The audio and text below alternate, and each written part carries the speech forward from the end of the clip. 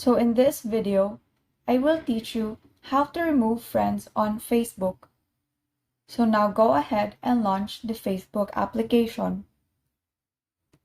Above your Facebook feed are 5 different icons.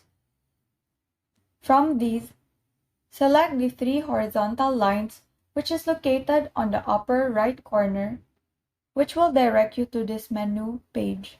And among the options that are provided, select Find Friends. So in here, you will see a list of different accounts with your mutuals on it, which is why these people are under the category of people you may know. But none of that is our concern as of this video. So on top, you will find the Your Friends button. Tap on that button, and from here you will see your list of friends. Now select the friend that you want to remove by tapping on the 3 dots beside their name, to which this menu section will slide from below. So in this, you are given a variety of options regarding the action that you want to do on this account.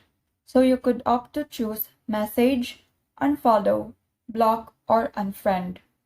But for this video, we will choose the unfriend option. Tap this option and select confirm.